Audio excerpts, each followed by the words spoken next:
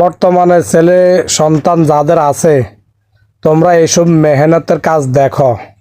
দেখার পরে কি এরকম মেহনতের কাজ করবা না পড়ালেখা করবা, চিন্তা ভাবনা করে একটা উদ্যোগ নিবা।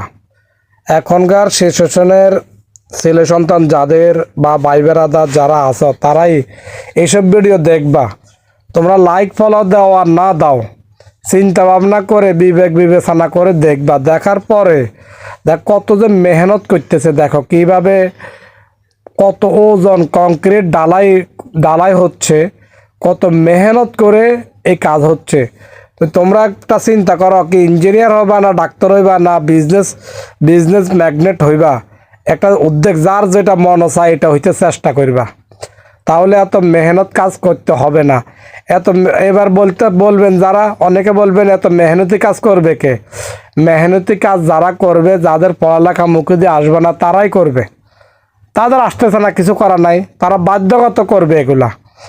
আর যদি পড়ালেখা করে ধনী হওয়া যায়, তাহলে 10 জন শিক্ষিতা পাওয়া যায় 3 জন, মূর্খ পাওয়া যায় হাজার হাজার, কাজের লোক পাওয়া যায় 2-4 জন।